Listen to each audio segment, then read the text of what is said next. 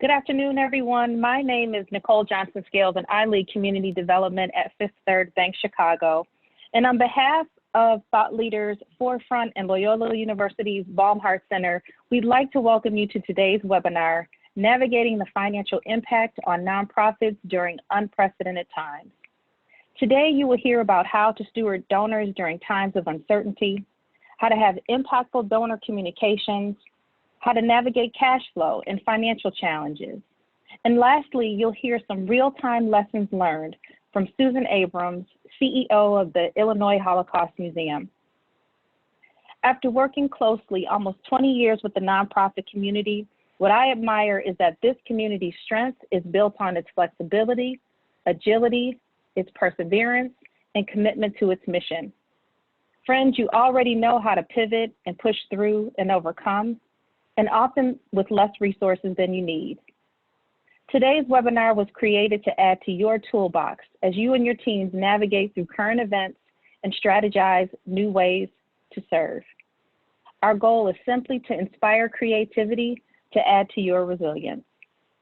At this time, I would like to introduce Lisa Mae Simpson, Vice President of Learning and Engagement at Forefront.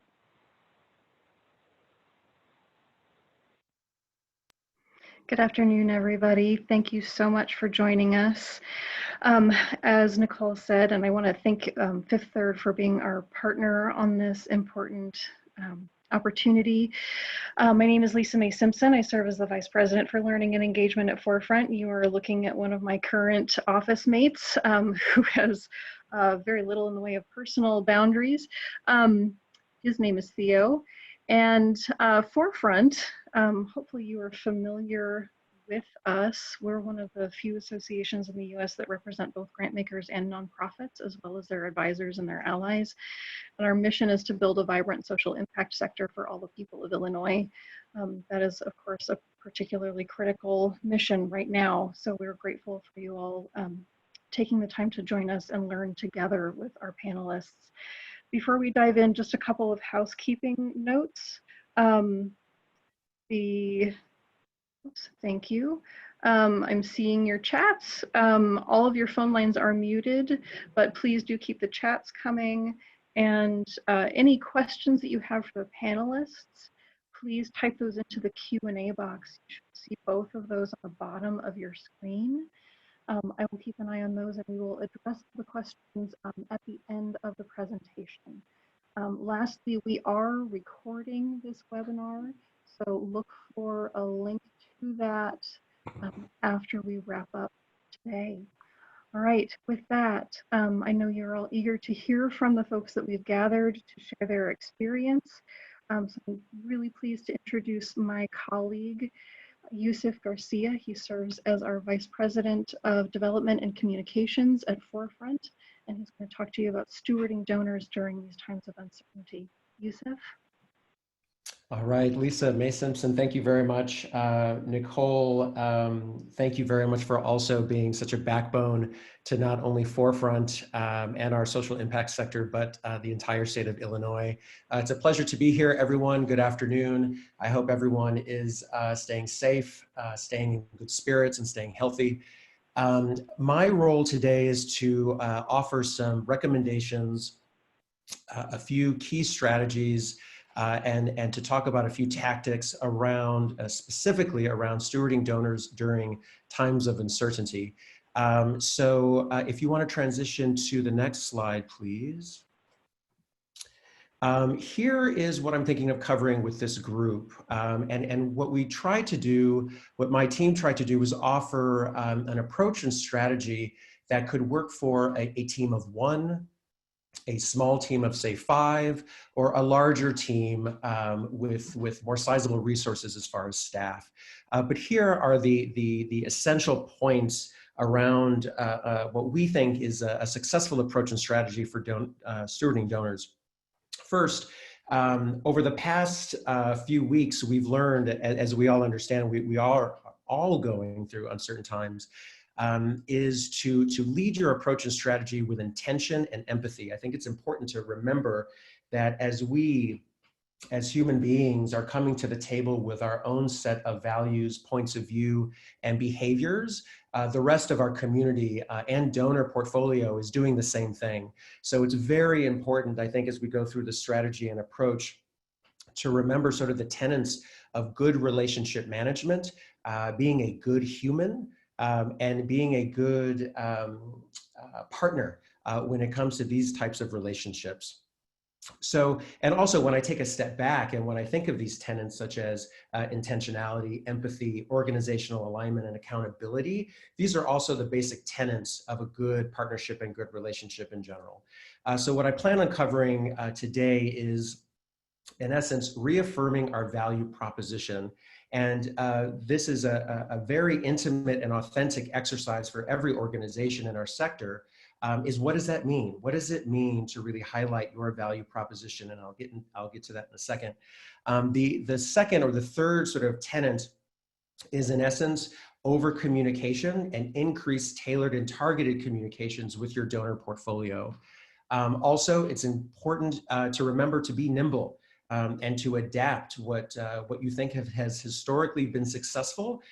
You may come to a point where you need to throw that all out the window and be extremely nimble as you develop new workflows and new strategies on the fly. I think the other crucial point that we'll cover is leveraging existing donor relationships. This is something that is often overlooked given limited capacity, but can also fruit in some of the most successful and large-scale gifts and stewardship strategies that I can think of. Also, this is also extremely difficult, especially during uncertain times, is carving out time to innovate. I can't stress that enough, and I've been very fortunate to work with a team that is extremely innovative, passionate, and carving out time to think about new opportunities to steward our donors, and also think of new and appropriate ways to solicit asks during uncertain times. And lastly, and this is going to be the most important, is creating those benchmarks and upholding accountability to stay on track. So that's what I'll be covering in this presentation. So we can go to the next slide, please, and just sort of jump right into the concept of if I could speak, reaffirming our value proposition. And this is going to be, in essence, the foundation, the main lens in order that will push our work through. And this is a very intimate exercise for every organization, because as we know, every organization is different, staff capacity is different, programming is different. So it's really going to be vital for every organization to articulate how and why your organization is uniquely positioned to add value during the issue at hand. It's going to be very important to land on internally align as an organization, as a structure, so that everyone is on the same page as far as how we articulate our value proposition to our stakeholders. The other important aspect is to be specific. If you're not able to clearly outline how you are adding value, how are you planning on supporting the sector and responding during uncertain times, the recommendation is to take a pause and not activate until you can clearly articulate how you are addressing the issue at hand during that uncertain timing. And also the last part, and my colleague Seth will get into this a little bit in more detail, is to ensure that you have a strong partnership with your communications team. I must say at Forefront, I have a privileged a position where the development team and the communications team work in tandem and enjoy a very successful sort of marriage and partnership. But we realize that not all teams have that structure. So it's going to be very important, again, to reaffirm your value proposition, be specific in the examples that you use, internally aligned so that all of your team, all of the teams within the organization are on the same page, and to ensure that you have a strong partnership with your communications team to effectively push out those messages. I think we can move on to the next slide. And these go hand in hand. Once, as an organization, you land on the overall strategy and that value proposition, now it's time to think about how to increase tailored and targeted communications. At Forefront, I know we've learned by example, we've landed on these strategies by exercises of over-communication, having routine cadence of internal communications so that we know who we want to talk to and how we want to talk to them. And I also want to preface by it's important to identify who we want to talk to because of our limited capacity, especially during these times. I like to say to my team that we can't eat the elephant in one sitting, and we can't talk to all of our donors all at once about the amazing work that we're doing to address a challenge at hand. So in order to do that, we recommend that you prioritize, you sort of take that time to look at your universe, to look at your stakeholder portfolio, and prioritize the top donors that you want to keep close and over communicate with. And part of that is to create and craft authentic interactions with those top 5, 10, or 15 donors. And this could look very differently depending on the donor. And we all know that all of our donors really are special flowers, and we have to communicate with those special flowers in a way that resonates with them. And also the outcome to the stewardship may not be a monetary gift or a financial investment. It could turn into in-kind support, access to individuals' networks, and it could open up doors to more conversations that could lead to more financial investment or other resources that weren't expected. So I think also we can move to the next slide. And what I was mentioning earlier, this element right here is often overlooked, but can fruit in some of the most unexpected and large-scale means of support and stewardship, is leveraging existing donor relationships in order to cultivate new relationships. And this is really important to engage your board of directors during this sort of step. The Forefront team has been in constant communication with our board of directors to share updates in what we're doing, how we're doing it, how we're offering innovative opportunities for members of our board of directors and other stakeholders to get on our bus and to help us sort of explore new threads of stewardship that we wouldn't be able to identify without that help. So it's going to be really important to take that time to leverage existing relationships in order to cultivate and explore new relationships. We can go to the next slide, please. And I'm not going to spend too much time here, but internally, I wanted to share this with this group because at Forefront, we've also had to really take a strategic pause and prioritize all of our existing strategies and our existing programs and what those fundraising strategies are for each of those programs. And I know that's sort of a mouthful, but we realize that we can't do everything. And we have to ensure that there is internal strategic alignment so that we funnel those needed resources in the programs, those key programs and strategies that are really going to help us get the word out for the good work that we're doing. So then that said, it behooves us again to take that strategic pause and really ask ourselves, are we spending the right amount of time, the right amount of campaign, the right strategies in order to really get through these uncertain times? And it's taken some time to make those hard decisions because we are working in uncertain times right now, and we can't work under the guise that everything is normal. And then let's go to the next slide, please. And this is, when it comes to innovation during uncertain times, and I can attest that now, it's really, really difficult. And when I read this slide initially, it doesn't really capture what I was trying to articulate. So I apologize for the confusion. To clarify this, the innovation that occurs internally through intention really leads to more opportunities and effective stewardship opportunities versus tough decisions. So I apologize for that, for any confusion. But at Forefront, what we've been doing is having routine cadence of conversations to ensure how our teams that may be normally siloed really break out of those silos, collaborate, and offer unique opportunities for donors and other stakeholders to engage with us. So for example, are there creative ways of extending member benefits or donor benefits outside of the normal business workflows that really add value not only to our donors, but also to the solutions that we're offering the community? We've also learned that even though we are working in uncertain times, this is an environment where innovation can truly thrive. And it's vital not to lose sight that those key innovative opportunities give us the chance to converse openly and candidly with our teams and other stakeholders that can really illuminate solutions and opportunities that we weren't necessarily seeing beforehand.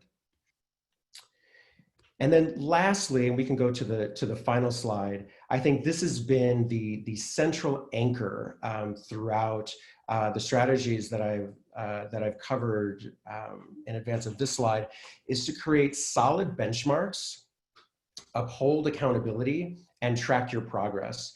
It's been a testament, or it is a testament to the team at Forefront, how we have been leading intentionally and explicitly assigning owners to each element of this work. And it's going to be very important to really uphold that accountability for your team members. And it's also important to develop realistic benchmarks to track success. So just a framework that we put together that so far has been successful. For example, maintain 1 to 2 authentic internal touch points per week with your staff, team, and leadership. And why I think this is important, especially from the internal standpoint, is because throughout these times, self-care, taking care of our teams, it's so important, and that self-care within the team dynamic really translates into authentic, effective external communications and donor stewardship. Secondly, that said, attempt to have 1 to 2 meaningful donor updates with that top 5, 10, or 15 donors that you land on, and also offer realistic opportunities for them to support given the uncertain time or times that we're going through. And then also facilitate 1 to 2 meaningful donor interactions. And that could be thank you calls, emails, in-person meetings when appropriate, virtual convenings, things that really can leave an ongoing impact for our donors as far as interactions. And finally, we would be remiss as an organization not to brief to our stakeholders the impact that we're having as an organization, But the key is to do this when it's appropriate. At Forefront, we've been having a lot of conversations around cultural competencies, not being tone deaf, and also being sensitive to the dynamic at hand, given current events. So we really, it really depends on your organization, your team, of when you land on the right time to brief your stakeholders around the impact that you've had. So I know I went through that very, very quickly, and I'm more than happy to give real-time examples around each of these strategies, which we definitely have, but as I conclude, I just want to thank all of my colleagues today for their subject matter expertise. I know we'll share our contact information to answer any questions. And again, a huge thanks to Nicole, Fifth Third Bank, and everyone out there in the sector who are on the front lines. Thank you so much, Yusef. I know we already have a few questions, and just want to reassure folks that we will get to questions at the end of all of the presentations. So thank you. Please keep those coming in the Q&A box. That just helps me keep track of who has been addressed and who hasn't. So thank you. Want to now turn things over to our next panelist. Seth Green is the founding director of the Loyola University Baumhart Center, and we'll talk a little bit more about communicating with donors in an impactful way. Seth? Thank you so much, Lisa, and I want to echo Yusef's thanks to Nicole, who in my mind embodies what it looks like to be an extraordinary leader at a bank at this moment that is really thinking about how they can play a role in responding to this. And I just want to say a huge thank you to everyone who is listening. I am at moments like this so grateful to be part of a social impact community committed to others.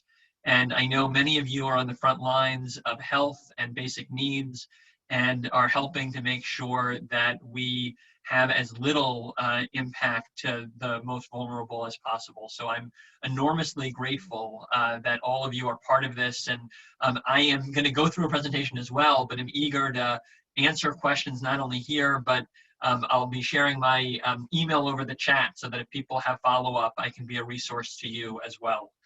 So if you go to the next slide, or maybe even 2 slides in, because that's just a title slide, I want to talk with you about how to really build out your fundraising strategy amidst this moment. And I want to start by saying that everything I'm going to share is totally consistent with Yusef's guidance. And so while we didn't plan that, it's consistent because ultimately we're both talking about this idea in terms of relationships. Everything that Yusef talked about was about how you start with that relationship and then you continue to build on it through communication, through all of those authentic ways. And ultimately, all of you know this if you're in fundraising, relationships are the core of philanthropy because it's ultimately a deeply personal commitment when people give their money or their time. It is a heart, hands, and head commitment. They are giving themselves, they're giving their treasure, they are giving their minds.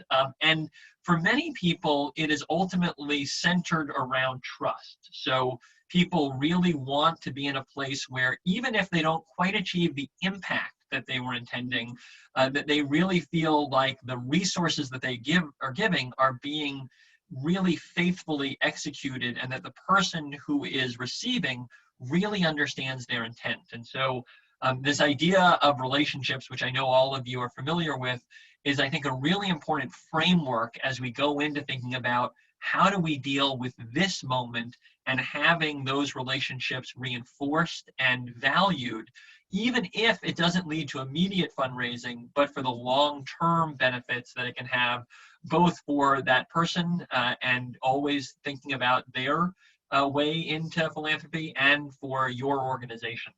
So with that, let me go to the next slide and just add one more piece to this conceptual framework, and then I'm going to get into specific do's and don'ts based on these concepts.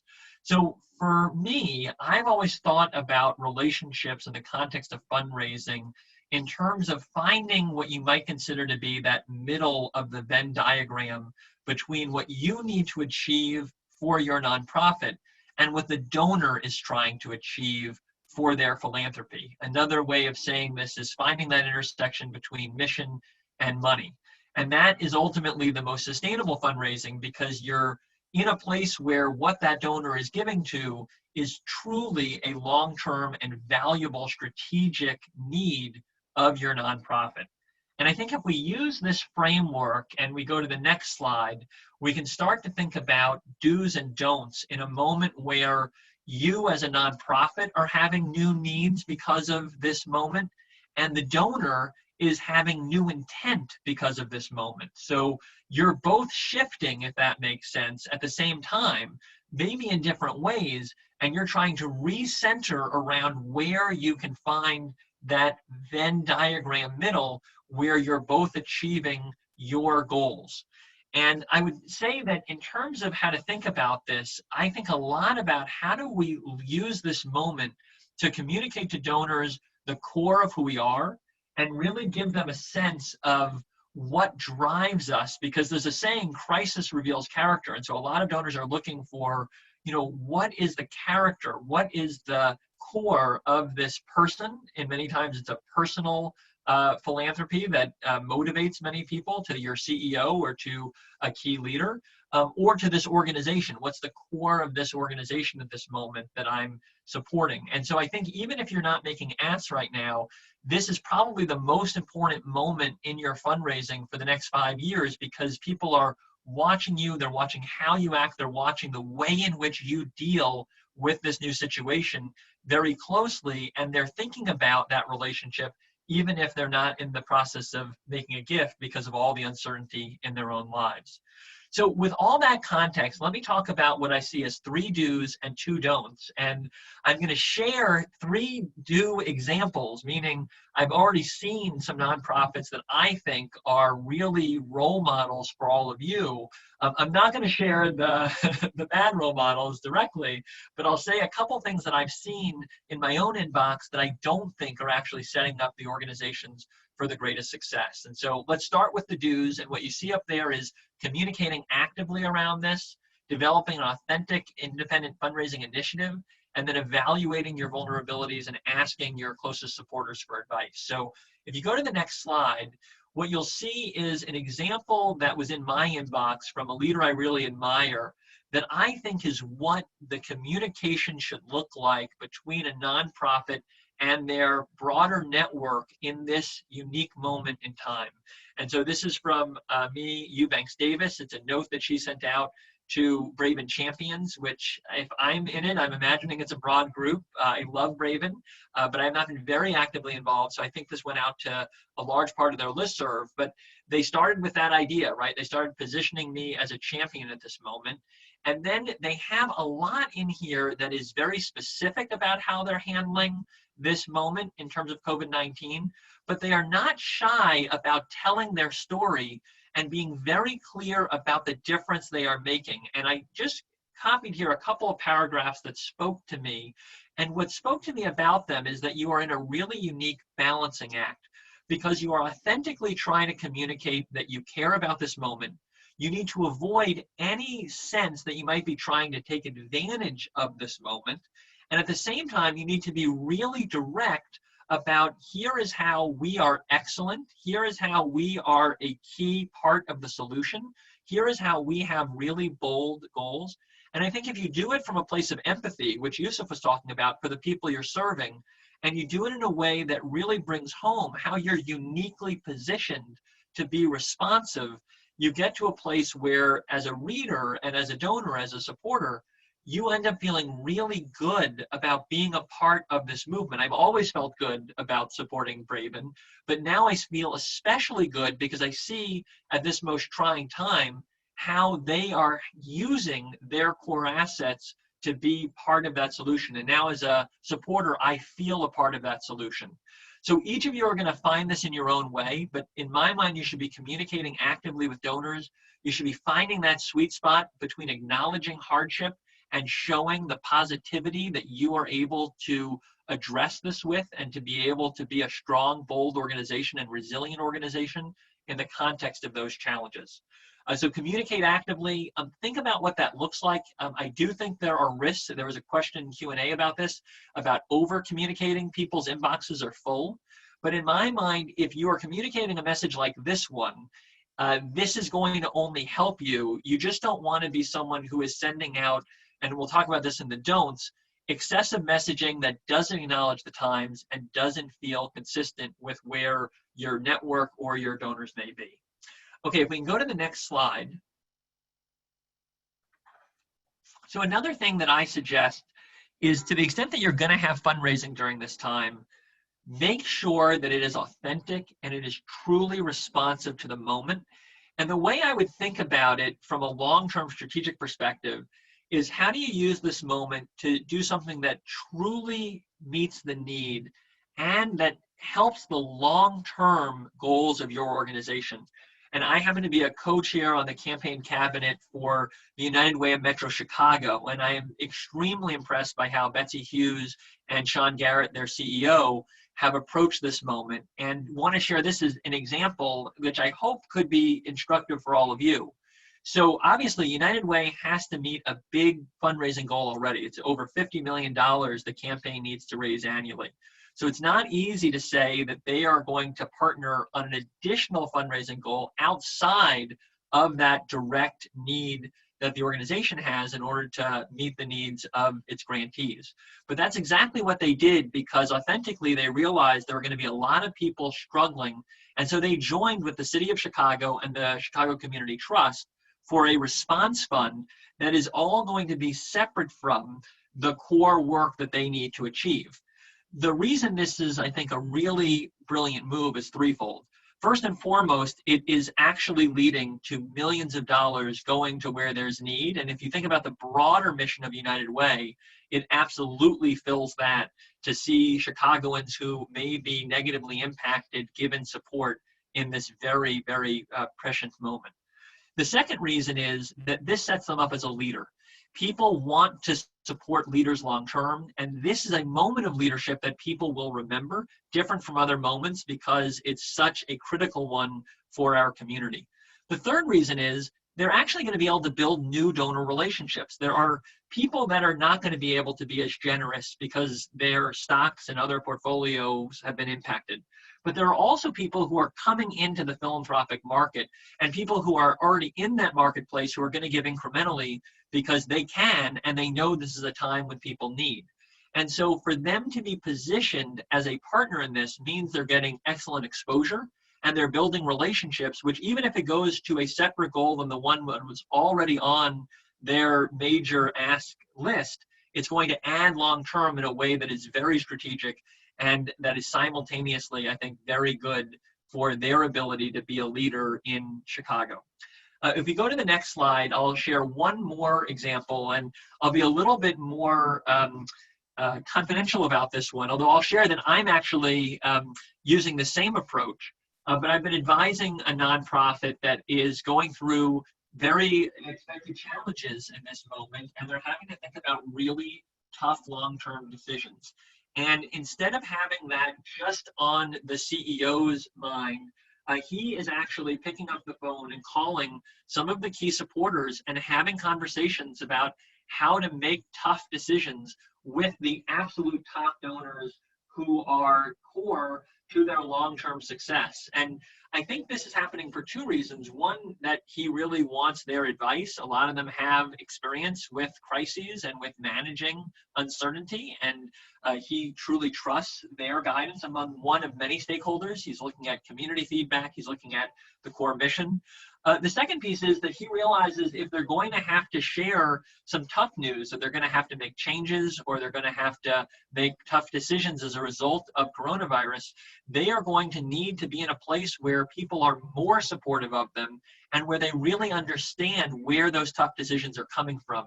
And so I really encourage, and this may be a CEO level, this may be a major gift officer in the context of fundraising, that you think about what are the unique vulnerabilities. These are not vulnerabilities we're ready to send an email out about, or not vulnerabilities we're even sharing beyond the executive team at this moment in time. Obviously, transparency is important long term, but how do we then have those conversations so that people understand the level of thoughtfulness, people have a chance for feedback, people feel like owners, and people know the seriousness with which these issues were dealt with, so that if you get to that point, the people who have been brought along are ready for it, and they're ready to be your core supporters because they know that it's tough and they want to get your back and help you to succeed, and more importantly, help your mission to succeed when you are moving through those challenges. So I encourage every executive team in all sectors, really, because private sector need to be talking with their investors too during this moment and being really open so that those investors stay with them amidst the uncertainty.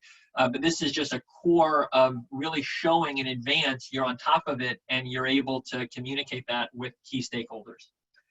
Okay, I'm going to turn over now to the don'ts, and I'll be brief because my time is always up. But if we go to that, there we go.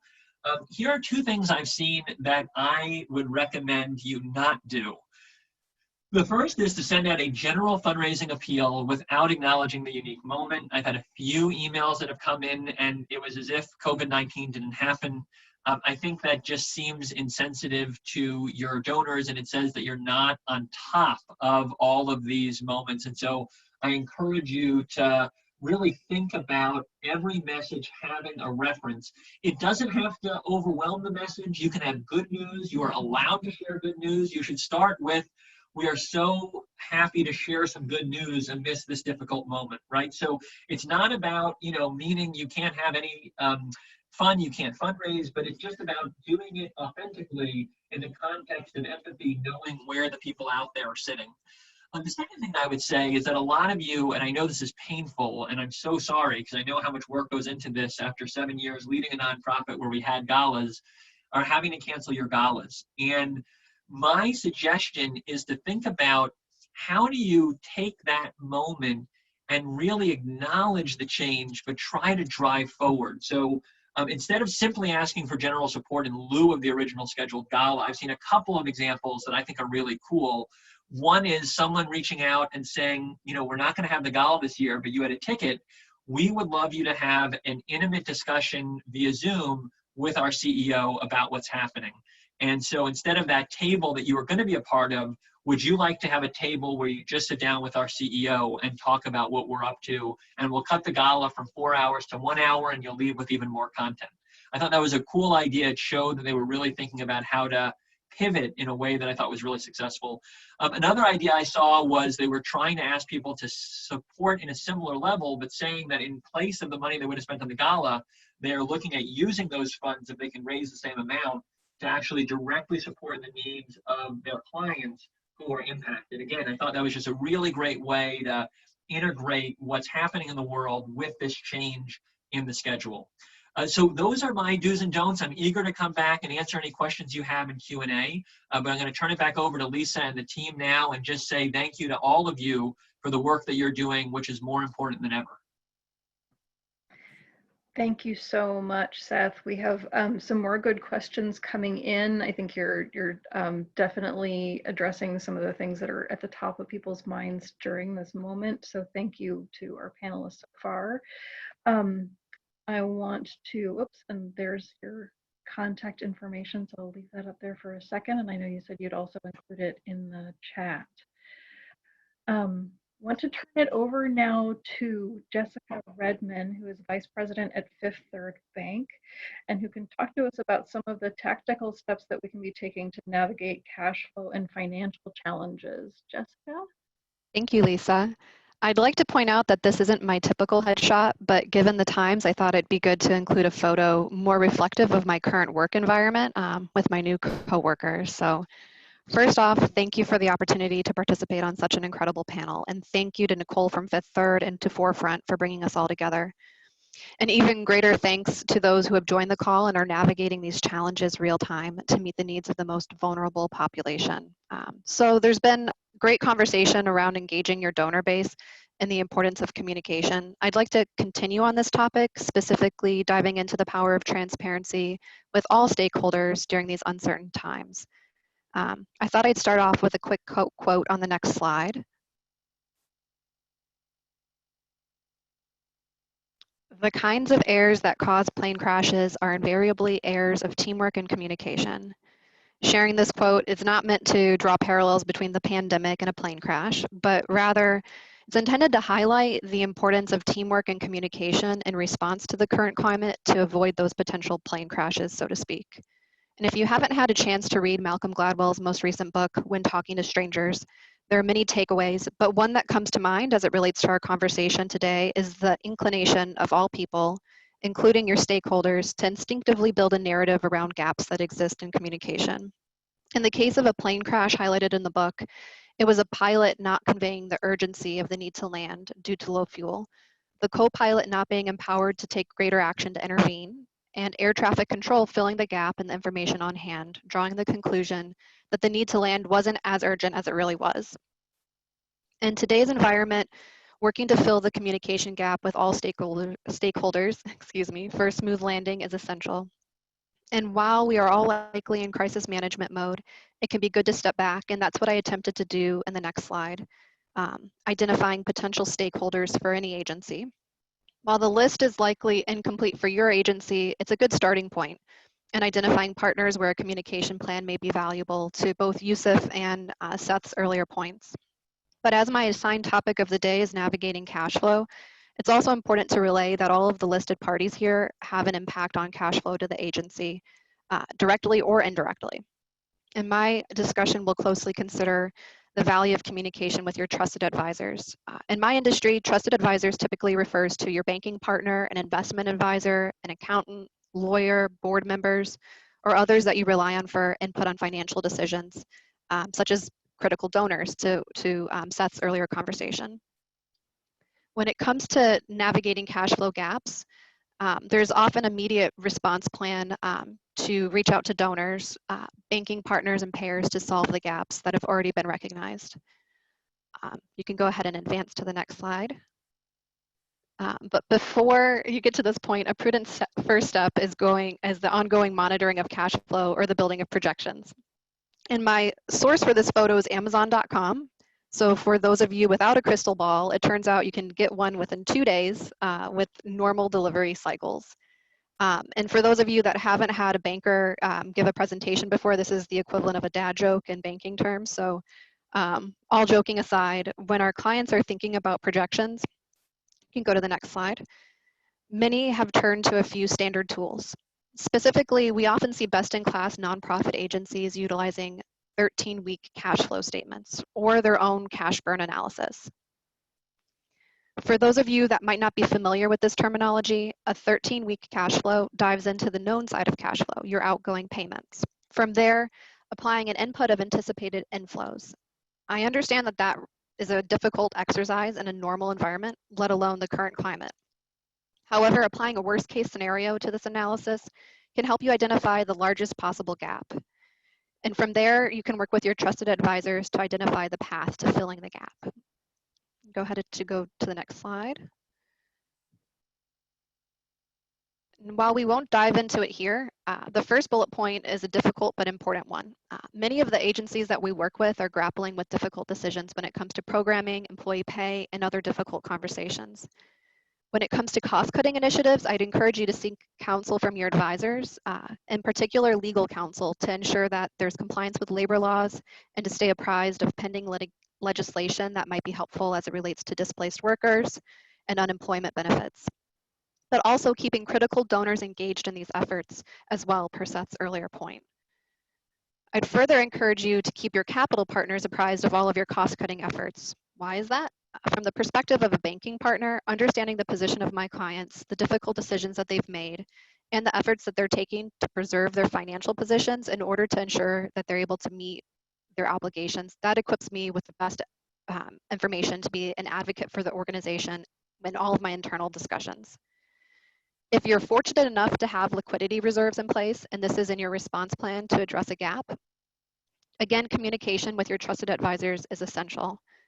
For example, we've worked with agencies who have contemplated the full or partial liquidation of an investment portfolio to fund a temporary cash flow gap.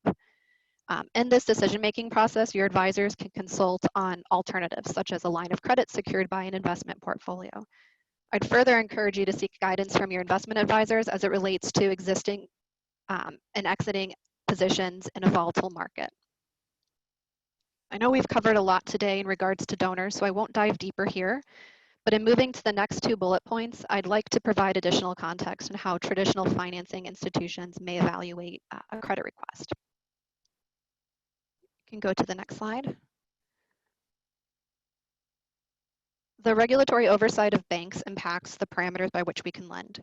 Among other criteria, a bank is required to demonstrate the borrower's ability to repay current and future obligations. This is often evaluated by applying any upcoming or proposed debt service against a historical cash flow of the agency, as well as the projected cash flow. Again, in these uncertain times, I recognize that the forward-looking element of this is a challenge. And while Amazon is selling crystal balls, the 13-week cash flow tool or a similar analysis allows for the most informed look at future cash flow needs. In addition to cash flow, banks evaluate the strength of the balance sheet, paying particular attention to liquidity, assets such as unencumbered real estate, accounts receivable, and also leverage, or how much debt there is relative to assets. Further, the banks are often required to dive deeper on the underlying collateral of a loan. For instance, when a bank provides a mortgage against a property, borrowings are limited to guideline loan to values against appraised values. This can be an important point as real estate owned by many nonprofits is special use, meaning it would be difficult for another user to immediately occupy that space. And when it comes to the valuation of the property, this could result in a conservative third-party appraised value. We've seen this come into play with construction budgets not translating to dollar-for-dollar value or appraised value well below the purchase price on certain properties. If there are concerns with the ability of an agency to meet these traditional lending guidelines, I encourage you to consult with your banking partner. Feel free to move to the next slide. As your banking partner will work alongside you to engage with other providers such as community development financial institutions or CDFIs. An example of a CDFI would be IFF, a mission-based lender that isn't faced with the same regulations as a traditional bank, and CDFIs have experience working with traditional banks to fill financing gaps that might exist due to the bank's regulatory guidelines. Additionally, if you anticipate meeting the guidelines to conventional financing, I'd encourage you to partner with your banking representative to explore alternative solutions. For example, there's the deployment of government-supported financing for for-profit and nonprofits impacted by government measures taken during this time. Specifically in Chicago, there's the Small Business Resiliency Fund for smaller budget agencies. And from the Small Business Administration, Illinois businesses and nonprofits are eligible for economic injury disaster loans. Eligibility for both of these programs was announced late last week in Illinois. I'd encourage you to look into both of these programs as they could be helpful funding tools for many of the participants on the call. And circling back to the topic of donors, we've seen the friends and family of agencies assist in filling the cash flow gap in creative ways. For example, donors themselves have served as the lender on occasion, and alternatively, donors have provided their personal guarantee on bank obligations, or even set aside their own personal idle liquidity to serve as collateral for a conventional bank loan. In all of these instances, communication is critical in the ability to evaluate possible solutions to addressing a cash flow gap. Next slide. In closing, there's no set recipe to navigate cash flow during uncertain times. The one constant variable is the need for transparent and continuous conversation with your trusted advisors. By equipping all parties with information to convey the need, creative solutions can arise with your partnerships across stakeholders. Thank you. Thanks again for the opportunity to speak, and for those of you that are on the front lines today, serving so many that are in great need. Jessica, thank you so much. We did have one quick question that I wanted to just back up to. Someone asked if you could remind them what the names of those loans or services that you Oh yeah, absolutely. And I'll drop those into the chat here as well. Perfect. But in Chicago, Lori Lightfoot announced the Small Business Resiliency Loan Fund, and then Pritzker received approval for the Small Business Administration Economic Injury Disaster Loans. Great, thank you so much. Of course. Okay. So moving on in our conversation, Susan Abrams, who serves as the Chief Executive Officer of the Illinois Holocaust Museum and Education Center, has made a decision that many of you have had to make or are facing right now regarding a major fundraiser. And she's going to be in conversation with Nicole Johnson-Scales about what that has looked like. Susan and Nicole.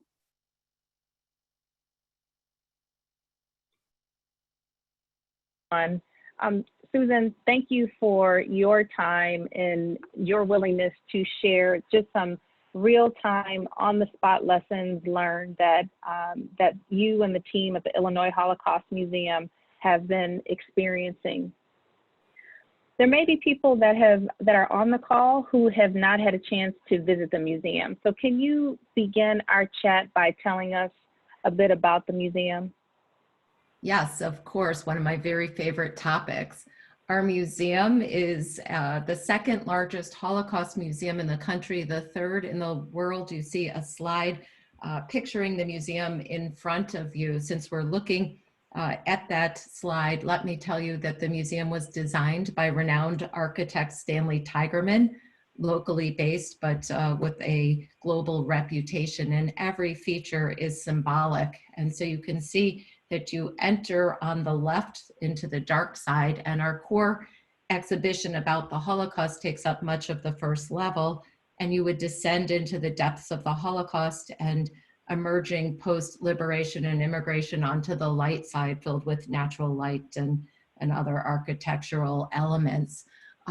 We opened this museum in this location about 10 years ago, and we have been working every day towards our mission of remember the past, transform the future. So using the history and lessons of the Holocaust as a jumping off point to make connections to our world today, inspiring and enabling our visitors and others to become upstanders as opposed to bystanders, recognizing the power of their voices and choices to engage civically and make our world a better place. And we do that work through our 4 core exhibitions, as well as 3 changing exhibition spaces that, in addition to going deeper into an aspect of the Holocaust, we go broader into other areas of social justice and human rights. So we had a recent exhibition called Purchased Lives that looked at the US slave trade, 1808 to 1865. And when we reopen, I hope that you will all come and visit to see Notorious RBG, the life and times of Ruth Bader Ginsburg, one of our remarkable living examples of an upstander working for the rights of everyone, and particularly women and girls. So in addition to our exhibitions, we offer weekly public programs. We train teachers. We have over 70,000 students and educators visit us annually. We also train all recruits to the Chicago Police Department and more newly promoted officers as well. I think I'd rest with that on the introduction. And again, if you haven't visited, hope you'll come and give us a try. And for those who haven't been in a while, please do come and see Notorious RBG, our newest special exhibition. Thank you, Susan. And I had a chance to experience the museum this past summer with my daughter and thoroughly enjoyed the hologram where I could hear specifically from a Holocaust survivor, and just to have that real time, be able to ask a question and have her answered. The innovation was incredible. So again, I would echo your comments and encourage folks to come see and experience the museum if they haven't already. So Susan, when you had to cancel the museum's gala on March 12th, I think that was the real eye-opener for me to the scale at which these current events would impact the nonprofit community. So while many organizations have had to follow suit, several folks I'm sure on the call have had to cancel their large fundraising events. Can you walk us through how you and your leadership team came to this difficult decision?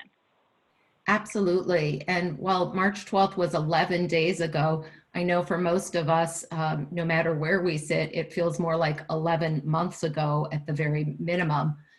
So I would just say, by way of positioning, the week before the dinner, so the week of Monday, March 2nd, we had only a handful of inquiries from corporate sponsors and attendees about the dinner, but we had no cancellations. And so we were proceeding cautiously, but moving forward with hosting the dinner and trying to put some alternate scenarios in place throughout that week. We did leave work on Friday, March 6th, with the dinner still moving forward, but having planned to offer a streaming option, especially for survivors, World War II veterans, and others in the CDC risk categories. But as you can imagine, things continue to unfold over the weekend.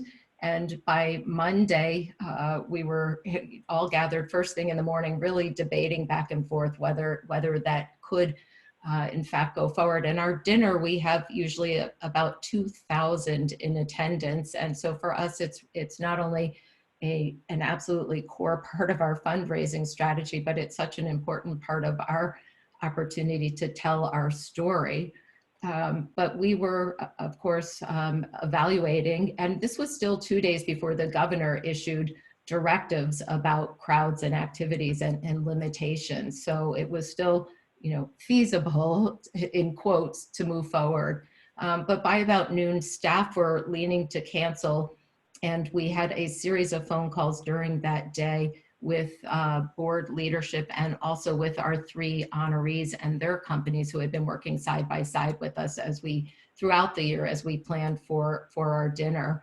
And I think as we review the cost benefit analysis with these key leaders and stakeholders for the dinner and for our museum staff and board, we were swayed by the large intangible of the health risk to the community and the reputation risk to our museum, and found that these risks outweighed that opportunity to convene the community and share our groundbreaking accomplishments in 19 and some of the groundbreaking things that we were excited to give people a peek at for the year and to come. So for us, in the end, health and safety first and the dollar secondarily. I would add that because we canceled only 3 days, we canceled on a Monday evening, and our dinner was slated for 3 days later. The relatively good news for us is that we had raised the bulk of the money. Really, the piece that remained was what we would ordinarily raise that evening through our annual appeal. So a couple $100,000 worth left on the table that way. But by the time we had hung up the phone Monday around 5:30 with these board leaders and honorees, and everyone was in agreement about canceling, we felt very comfortable with that decision. And so while there was some letdown in the week that followed, we held our heads high and felt good about moving towards the unwind, which I'd be happy to talk about later if anyone's interested. Thank you for that. And so with the shift and not being able to raise those funds in the room, can you tell us what strategies that you and your team are deploying to keep the individual and the corporate donors engaged? Absolutely, and it's many of the things that have already been referenced on this call, but we started by reaching out to everyone who had invested in us by supporting the dinner. And our Vice President of Development and his team made personal phone calls to every single person who was connected with the dinner. And I have to tell you, those phone calls were really enthusiastically received, and messages left were returned. And because of this general uncertainty in the environment, and also because we were certainly on the front end of having to cancel things, before all institutions and work from canceled and work from home really started, people were feeling the uncertainty and interested and appreciative of the chance to chat with our VP of Development and his team. So it has been what's already been referred to, relentless communication. We're focused here on donors, but we've been relentlessly communicating with all our stakeholders by email and by phone, and of course through expanding digital content about the museum. The wellness calls that we've been making have been really well appreciated too. We have almost 400 volunteers who make it happen for us every day at the museum, especially by our survivors who are on the older side, but everyone, even our youngest donors and stakeholders, have highly valued the chance for those touch points. We're still moving forward with some existing strategies that make sense, and some of those include thank yous, of course, and we are focusing right now on thank yous to our consecutive donors, which is something we haven't done much of in the past, focusing on consecutive, on the notion of consecutive donors. So we are reaching out with certificates and with books, and we think that will be particularly appreciated at this time, especially some of the books that we're sending out. We are moving forward with our grant applications, and we are exploring what has been referenced, how to further engage our Board of Directors and Women's Leadership Committee too in assisting staff with this outreach. So those are a few of the things that we are doing. Good, thank you. And so now that the work environment has changed, how have you been able to keep employees engaged, connected, and focused? Yep. We are trying with our employees, which I think is a really interesting question, to, again, communicate more than we might otherwise. And so where we might be having weekly, when we're in person, weekly team meetings, most of those have moved to a daily video chat check-in, and our all staff meetings were quarterly, and now we are having weekly all staff video chats. We had our first one on Friday, which was a success, fortunately. So a lot of communication. We are moving as much as we can to digital and online, and we've developed a range of short form content, and we're focused there particularly on getting that out over social, and longer form content, so documentaries that we've created and other video content that's in the museum we are sharing, and we also, with donors as well as with broader audiences, and then two, trying to bring to life the exhibition experiences that people aren't getting at this moment since they're not visiting the museum. So we've we're developing walkthroughs with our curator or with our education team of various exhibitions and parts of the museum. Good. And you may have answered this just with that last response, but I'll call it out again just in case there's something else that you wanted to add. So during times of forced change, often creativity and new ideas emerge out of necessity. Yusef alluded to this earlier, and you mentioned some of the walkthroughs, et cetera. It may be early, but can you share any of the ways that you and your team are approaching the work differently that you may adopt once we get through this moment in time? Yeah, that's a great question. Certainly, we are a place-based institution, but our strategic plan was already calling on us to reach more people beyond our walls. So we had been doing it through traveling exhibitions and a range of other strategies, but this new environment has challenged us to accelerate the development of web-based and digital opportunities. And I'm certain that we will be more effective with these kinds of strategies going forward because of this crazy environment that we've all found ourselves in. So we have activated a new hashtag on social media, hashtag Chicago Upstander, which highlights everyday people working to improve our Chicago community. And as Seth mentioned, it's nice during these really turbulent times to be able to tell some good stories. And so this relates to our work of our Take a Stand Center, which is an amazing 3-gallery exhibition at the museum. You mentioned the interactive holograms, that's Gallery 1.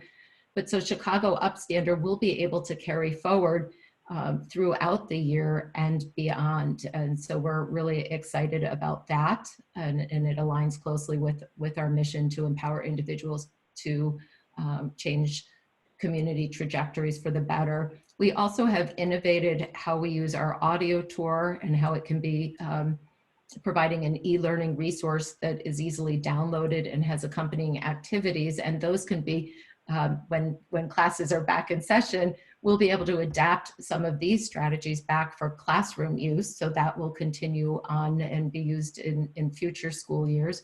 And we had on the development, in development, a mobile museum concept. And so that, of course, too, has been greatly accelerated, and we're developing more pieces of it now, such as the tours of exhibitions with various key staff and experts. And so we'll be ahead of the game, later for having been pushed to develop more mobile now. So those are some of the kinds of things, and then a lot less glamorous and not necessarily what you would call innovative, but I would say more of a backfill of how we're using our time too, is that we're making sure that we have updated job manuals essentially for some of our key functions, for all of our special events and all the different things that we do, that there really is a guide that's updated and in place. So if somebody is out sick, for example,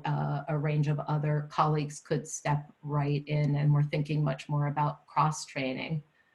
Finally, I guess I would note that, and I alluded to this earlier, we have instituted calls to all of our volunteers and our survivors, and those have been so welcomed. And I suspect that going forward, that this will be a best practice for us as well, when we are not seeing folks in the museum, to be calling in and checking up. Great, thank you. And from a leadership perspective, any advice that you could share with us? I think so much of what I had noted to share has already been touched upon. First and foremost, communicate, communicate, communicate, and with all of our stakeholders. And I know my colleagues on this call have really dived into how to do that with donors. I already referenced the way that we have stepped up our communication with staff. I think one of the things that we heard from staff is that we work so hard when we're together to be one team without silos. And so how do we do that now when we're each in our individual workspaces? And that's part of what led us to institute a weekly all staff meeting virtually. And I think we'll be taking a further look at how we continue to move forward cross-team initiatives while we are working remotely. And then I guess the other thing would be just to emphasize something again mentioned by Yusef and Seth, which is that notion of empathy, which is always critical in our interactions with others, but now during this time when people are uncertain and perhaps have much greater anxiety and fears, to really be extra understanding and looking out as we are for our volunteers and staff who might be feeling isolated and living on their own, or feeling different stresses within their families of e-learning and working from home and so many other things. So I guess I just come back to communications and empathy right now. Thank you. Well, thank you so much for sharing those experiences with us. It underscored some of the things that we heard earlier, also pulled out some things that you identified that people can probably tweak and adapt to their own respective institutions as well. So thank you so much for joining us. And with that, Lisa, I'll hand it over to you for Q&A. All right, thank you so much, Nicole and Susan, and thanks to all of our panelists. And I want to affirm their thanks to everyone who has joined us and stuck with us for this conversation, for all the good work that you are doing in communities. Also want to acknowledge all of the good questions that we have currently in the Q&A. Please feel free to keep adding to those. I am seeing a couple of themes and would love to ask both Seth and Yusef to address maybe a little more specifically, if you're able, suggestions around, I'm seeing questions around what is the appropriate cadence for communications right now, and how to weigh sort of right sizing what is communicated and to whom. One of the questions that we have in this theme is around, does every communication we send out need to acknowledge COVID-19? This is something that people are feeling a little bit overloaded with, perhaps. And so how do we balance how often we communicate, what's included in those communications, and who do we communicate with? Seth, can I ask you to take that first, and then Yusef, if you'd like to jump in as well?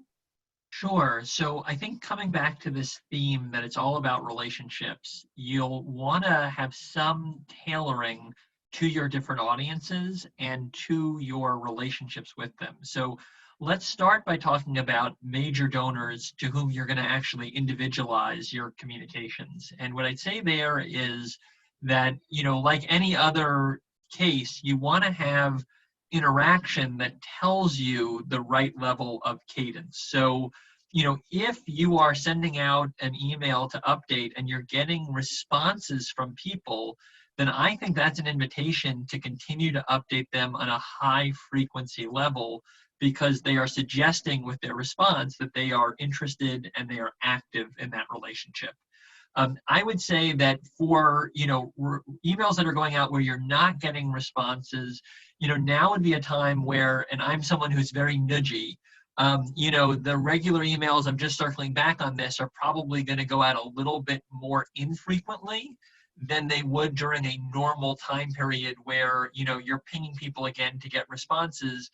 You're going to acknowledge the situation just by the fact that you're taking longer in those circling back. And when you do so, you'll probably be acknowledging, you know, the situation. The other thing I'd say is that to the point about, do you acknowledge COVID-19 everywhere?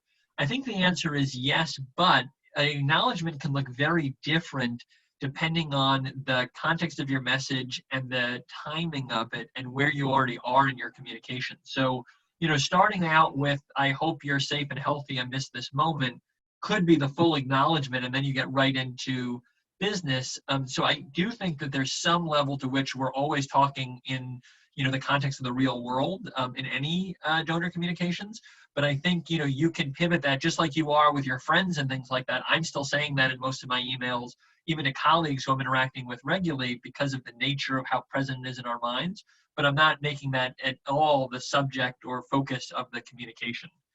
The final thing I'd say is you go to broader audiences, I think you really want to think about, you know, in terms of your mass communications, Are you presenting truly new content? Are you giving people something that is a new tool? Does it feel like it's truly necessary to communicate?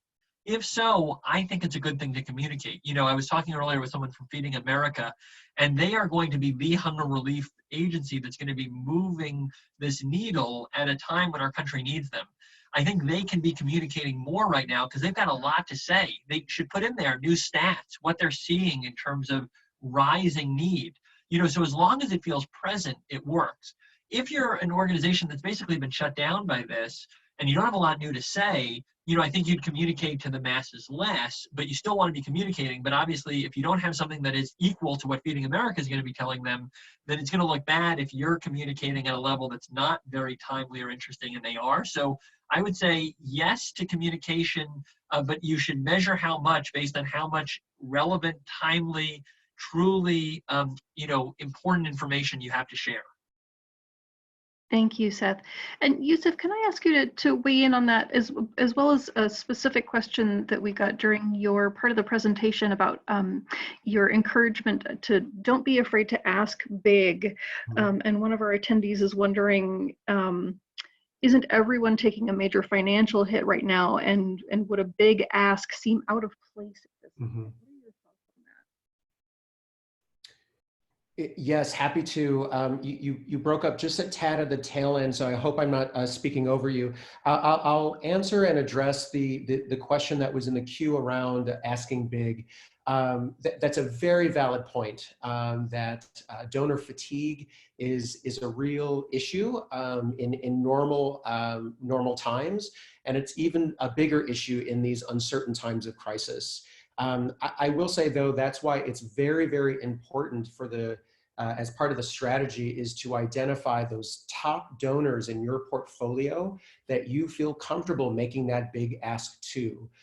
So again, I really want to illuminate this point that the top 5, top 10, top 15 donor base in your portfolio per your organization, those are the individuals that you're going to want to think about targeting, making that big ask. So these are very tailored, these are very intimate conversations versus a very broad stroke of asking big. So I just want to offer that context that, again, these thinking big and asking big, those solicitations and those asks are specifically tailored for the folks who are closest in your portfolio and the strongest partners that you have. And also to reaffirm Seth's point of view and strategy, I reaffirm all of that. The one element that I think I would add, for an example, Forefront has landed on a cadence of 2 dedicated emails that we send out, that we will be sending out weekly as a result of this epidemic, coupled with an undergirding strategy in engaging social media and our social media channels. So that is the cadence that has worked well with us. The other element to this, that we all understand, is it also depends on the organizational capacity. You know, many organizations in our sector are privileged with a higher level of resources than others. So it's going to be really important, and I mentioned this earlier, to take that strategic pause and ask yourself very intentionally, what can I realistically do in terms of donor stewardship and communications? And to Seth's point, which is so valid, is what is that unique bit of content that would add value and resonate with your stakeholder base to steward them and also potentially inspire them to make an additional gift. Thank you. Another related question. One of our attendees is mentioning that they have a gala scheduled for September and wonders what your recommendations might be for messaging right now. And I'm inferring that they may not have decided whether or not to go ahead with this event, but they do say that they were planning to launch their fundraising efforts on March 10th and have placed a pause for now. So those for those folks who may be uncertain about exactly what their fundraising efforts look like, Yusef, Seth, thoughts there? Well, I do think that it's a good time to hit pause because we have so much uncertainty, and I can't imagine it's an easy time to get sponsors or ticket sales right now. I think that your best approach would be to reach out to let all of your key stakeholders know how you are, taking an intentional pause, how you are using multiple scenarios. So, there are a lot of people that need to be early adopters for a successful gala, especially sponsors where you now be deep into conversation with them. You don't want to surprise them in June that this is going to happen in September if we're in a place where by June we know you can do it. So I just think having this as a vulnerability that you're going to explore with those key stakeholders is probably the ideal way to think about it. And so keeping them all in the loop on your intentional resourceful thinking about this, and maybe even, acknowledging that there's some scenario planning. I just think then it's on their radars that you're going to be asking for a sponsorship gift of some time. But you need more time, and it's a perfect moment because they're not going to be very responsive at this moment to that ask because of all that's going on in their world, but it puts it on their radar so you're next in line when the time comes and you can come back with that idea. Thanks, Seth. Anything that you would want to add to that, Yusef? Lisa, I apologize. I had a brief disconnection in the first part of your question. Would you mind just re-asking the question for me? I want to make sure that I address it. Sure. Just a question. We had a couple of questions from folks who have events coming up but have yet to make decisions about whether or not to cancel, and are wondering about the best way to communicate with their stakeholders while they're in that period of uncertainty. Gotcha, thank you. To reaffirm Seth's point, sooner is better. Also from a stewardship perspective, and this is something that Forefront has already activated, is from a stewardship standpoint, this could be a good opportunity to corral key stakeholders to help you as an organization re-envision what your event could look like versus a hard cancellation. If a hard cancellation is on the table, or if a reimagination of your fundraising event is also on the table, again, from a stewardship perspective, it could be valuable to corral key stakeholders who could help you architect your strategy or vision and strategy moving forward.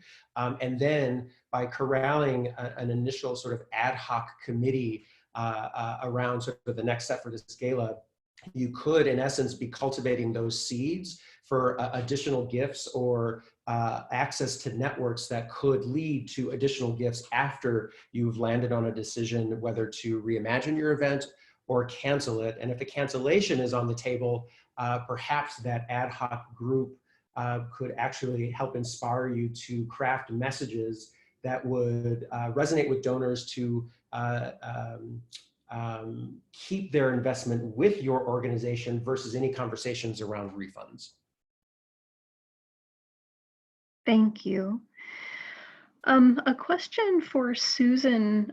Someone is wondering if you could address exactly how you handled cancellations with your gala guests as far as the fees or the tickets that were purchased. Yes, of course. Well, the very first thing we did that moments after deciding was craft an email to everyone who was attending about the cancellation in a caring way that shared our disappointment to not be able to recognize our honorees and to share the exciting initiatives of the museum. We did not, in that first email, address any refunds or anything along those lines. And then we also immediately set in motion working with our vendors on mitigation of expenses related to the evening to offset the decreased revenue. And of course, as I had mentioned earlier, calls to all of our donors. And we decided to see what would happen because this for us was uncharted territory, what would happen, what the response would be from people. And the next day we had 8 inquiries. All but one were single ticket holders, not tables, and one was for a half of a table. And so those 8 folks were asking for a refund. and we wanted to see what would happen. And as our team were making calls to folks, they were uniformly supportive of the cancellation, and no one was asking for a refund. So really, to date, we've had less than 1% of revenue that was requested as a refund. However, the flip of that is that some had paid in advance, but we have quite a sizable receivable. And so we drafted thank you notes and invoices to go out after we made those calls and had the touch bases and did not get asked for a refund. So that's how we are proceeding right now. We will refund as appropriate and as asked, but for the vast majority of our supporters and donors, they are turning their dinner contribution, keeping it with the museum without the event. And so the last thing that is left for us now as we work on receivables is continuing to strategize about how we will share the content that was planned for that evening and how we will continue to recognize our wonderful honorees, because they did not have this chance. We didn't have the chance to honor them the way we hoped in front of 2,000 community and business and philanthropic leaders. So we're still working and brainstorming on a range of ideas on that front. Okay, thank you so much, Susan. And that actually leads to the next kind of grouping of questions that there seems to be a theme around, which is folks curious about resources or ideas that folks might be able to share about engaging stakeholders virtually. We specifically have questions about any examples that folks might have seen around holding virtual galas or transitioning galas into a virtual setting. And we have another question from someone who is working in a small health and human services organization and wondering about creative ways to engage their stakeholders while, of course, maintaining safety and confidentiality for staff and participants. And I will leave that open to anyone who might feel like they have something to contribute there. I see Seth is unmuted. Well, I'll just share that I think that intimacy is a key way of really advancing trust. And even in virtual settings, intimacy is very apparent. So, this is a large scale webinar, right? And so we've had a lot of content shared. We haven't necessarily had that relational trust built because of just the scale of this setting. And so I think if you're talking about like your gala, I really like the approach I mentioned where someone said, you were at a table with these other people that you're in a peer group and have a relationship with. What if this CEO comes and has a conversation with your table? And maybe they have the CEO talk for 15 minutes and then they show a 45-minute video. Maybe there's a lot of ways to do it so you don't necessarily burden that level of time for each table. But I think that in many ways, people want more intimacy now in this era of social distancing than less. Obviously, it's a different form of it, given it has to be virtual. But I encourage you to think about how you might leverage that, because I think that there's nothing more powerful than a direct ask. And that doesn't mean necessarily financial, but we need your support, we need your help, we need you to continue to be champions. And if that's face-to-face, even if it's virtual face-to-face, but I know they're talking to me and 3 or 4 other people that I'm friends with, I think that has a certain power that is not fully lost in the virtual world. So that's one suggestion. And there's probably many out there for how to handle it.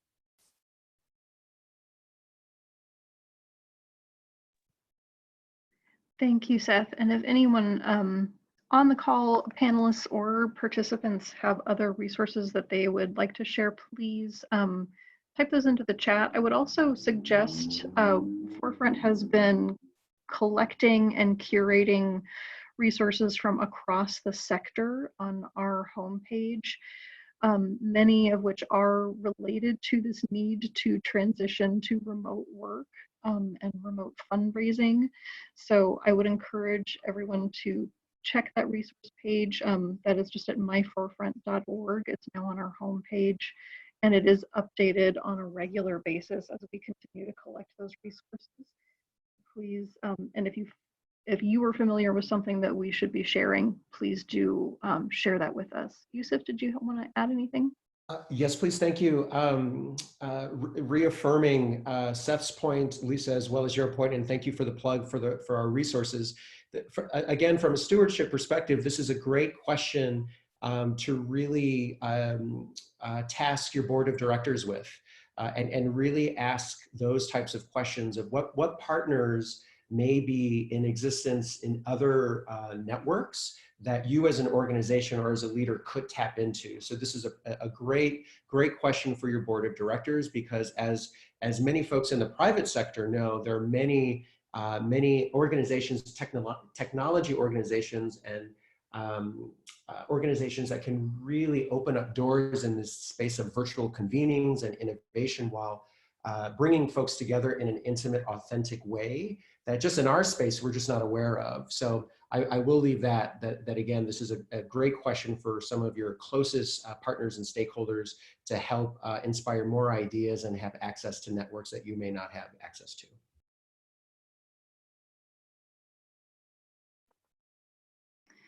Thank you. We have a couple of other questions more about some internal facing concerns. One who's wondering about how to help their senior management team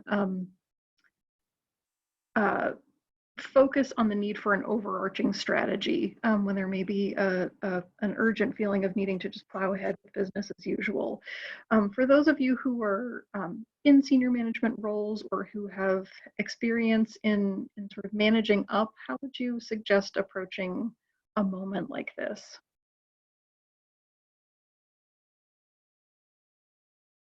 Well, I was in a senior management role, so I'll share that in that role, you know, when moments like this came, it is overwhelming with all of the different scenarios you have to plan for and all of the different people that are coming to you. And so my suggestion is, if you can really understand the goals of your leadership and what they're trying to achieve, and go, you know, long term, that is, strategically, and go to them and say, look, I know this is where you want our organization to be in 3 or 5 years, and I really get it. Here's why this is such a pivotal moment, and make it specific to how their response needs to change because of their long-term vision for where the organization needs to go. I think you're going to be more successful. I mean, it kind of comes back to that Venn diagram with the donor. It's what are they trying to achieve, and what are you trying to achieve, or what do you believe is necessary, and how do you find the common ground. And I just found myself, even though I really wanted to be a bottom-up listener, I wanted to hear every voice, I wanted to be conscious constantly of all the different needs around me, when people came and said, look, here's where we're headed, and here's why this is such an important moment for us, it helped me to better situate myself in a way to understand their perspective, to then figure out how to integrate it into our enterprise-wide strategy. And so I know that's not overly specific to this moment, but I think hopefully that general advice might ring true here as well. This is Thank Susan. you, Seth. Oh, go ahead. I was just going to say, I think if you don't have your overarching strategy in place, it's an opportunity, but a much harder one to put that in place. But for many of us who do have a strategic plan and vision in place, I think there was the initial urgency for us, week number 1 of remote work, of getting the structure of communication in place and getting teams up and running together, and then communication between teams and across our organization. But I think in the next week, we will be pulling out our strategic plan and taking a look at, given these extraordinary circumstances, what does it mean for the objectives and strategies in place? Are there ones that we should or could be focusing on, particularly at this moment, that we might not have seen as so opportune, that might have been a little bit less prioritized, because our plan gives us near-term priorities and then some over time as well. So I think it is a great opportunity to pull out the plans that we do have and think, how does this change things, where are the opportunities in the near term or the longer term. And as we already talked about, that maybe there are things too that we're learning and doing because of this situation that will help us to accelerate when we return to, quote, more normal times. Thank you so much. And just one last question in the last minute that we have here, which may be on a lot of people's minds. Any advice on navigating fundraising when donors are diverting money to rapid response funds? Thoughts about communicating with stakeholders and donors in that moment? Quickly, this is Yusef. I noticed that question in the queue. And I think going back to when you identify, because that's a very fair question, why give to me when there are large-scale institutional collaborative funds available? And I think this goes back to identifying and eloquently stating what your value proposition is. And having those authentic, intimate conversations and interactions with those key stakeholders, because those folks who are closest to you, they support you because you are unique. You're not a United Way. You're not a broad collaborative fund. So if you can nail down your value proposition, have authentic interactions with your key donors, again, not everyone, but those top 5, top 10, you should be able to make a clear case for support of why they should funnel and commit financially to your organization versus an organization or a pooled fund such as the recent partnership with United Way, CCT, and the mayor's office. And if I can just add, when that happened in my last job, the first thing I would say is thank you. I understand why you're making that commitment because of the urgency right now. I'd love to come back to you. And so I think if you also think about just having that, kind of focus on the need the donor's trying to solve for and showing them that you understand, that can also have a long-term value that is greater than what you may be able to achieve in that moment. So I'm totally on board with everything Yusef said about value proposition, but I also think affirming the donor for what they're trying to do, even if it's different than what you would want them to do, is something that's important in that relationship. And whenever I've seen a donor of ours give a big gift somewhere else that may even be quote unquote perceived as a competitor, I thank them because they're helping the mission overall. And I think that authenticity ultimately leads to more, not less in the long run. Yes, Seth, thank you for bringing that up. That is such a key element in the equation. Absolutely. Well, thank you both. And we are at time here. I believe we still have some questions that we didn't get to, and I want to thank everyone who, again, has participated. I want to thank all of our panelists, Yusef, Seth, Jessica, Susan, and Nicole. Thank you for being such an amazing partner in such a challenging moment. Thank you all for the good work that you're doing. Please stay well, stay healthy, take care of yourselves. And we will be in touch soon with the recording, with more resources as they become available. Thank you all.